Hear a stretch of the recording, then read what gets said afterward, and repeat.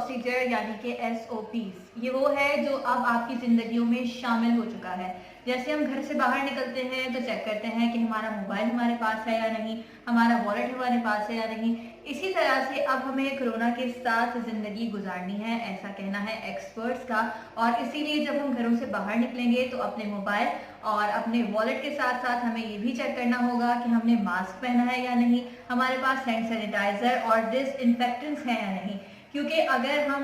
एहतियात किए बगैर घर से बाहर जाते हैं तो हमें कोरोना लग सकता है, ऐसा खतरा है और इसे हमें खुद बचना है और इसके लिए हमें खुद ही एहतियाती तदाबीर को इख्तियार करना है। बस में सवार होने के लिए SOPs, बाजारों में जाने के लिए SOPs, अपने दफातर में जाने के लिए SOPs, आपको हर जगह पर ये SOPs मिलेंगे क्योंकि पाकिस्तान से लेकर अमेरिका तक और कनाडा से लेकर चाइना तक सभी इस बात को मान चुके हैं कि कोरोना वायरस इतनी जल्दी जाने वाला नहीं है और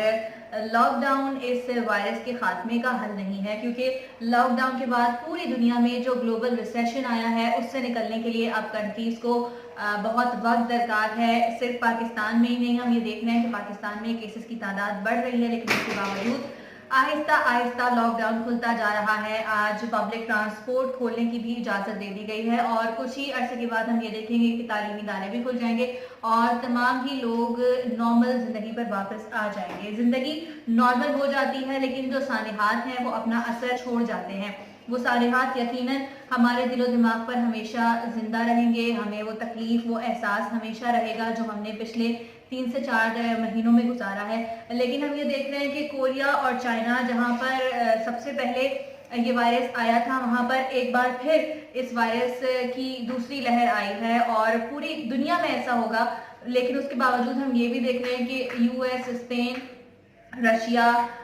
इंडोनेशिया, जर्मनी, यूरोप से लेकर एशिया तक और रशिया से लेकर कनाडा तक तमाम ही ममालिक ने अपने लॉकडाउन में ईज कर दिया है। कुछ लोग फौरन कर रहे हैं, कुछ लोग इस बारे में सोच रहे हैं, लेकिन आहिस्ता आहिस्ता हम ये देखेंगे कि कोरोना यहीं पर रहेगा और बाकी जो दुनिया है वो उसके साथ जीना सीख लेगी। उसको शिकस्त देने की कोशिश की जाएगी और ये कोशिश की जाएगी कि जल्द से जल्द इस वायरस पर काबू पाया जा सके। इसके लिए वैक्सीन तैयार करने की कोशिशें की जा रही हैं, इसका कोई ट्रीटमेंट हो इसकी कोशिशें की जा रही है, लेकिन अब तक इसका कोई ट्रीटमेंट भी सामने नहीं आया है। इसका ट्रीटमेंट सिर्फ और सिर्फ ये है कि आप एहतियात करें और अपना और अपने बच्चों का, अपने घर वालों का इसी तरह से ख्याल रख सकते हैं कि हम एहतियात करें। क्योंकि जब लॉकडाउन खुल जाएगा और ज़िंदगी बैक टू नॉर्मल हो जाएगी तो यकीनी तौर पर हमें ये बात भी अपने माइंड में रखनी चाहिए कि हमें से बहुत सारे लोग ऐसे बोलते हैं कि कोरोना कुछ नहीं होता, लेकिन वो कोरोना आपके घर में इंट्रोड्यूस हो सकता है, आपके घर में, आपके बच्चों में, आपके बड़ों में, आपके वालिदैन में, आपके बहन भाइयों में, कोई भी इस वायरस को अपने साथ घर में लेकर आ सकता है। इसलिए आपकी ज़िंदगी यकीनी तौर पर बैक टू नॉर्मल हो जाएगी, लेकिन उसके बावजूद आपने अपना भी ख्याल रखना है और अपने इर्द गिर्द के लोगों का भी ख्याल रखना है।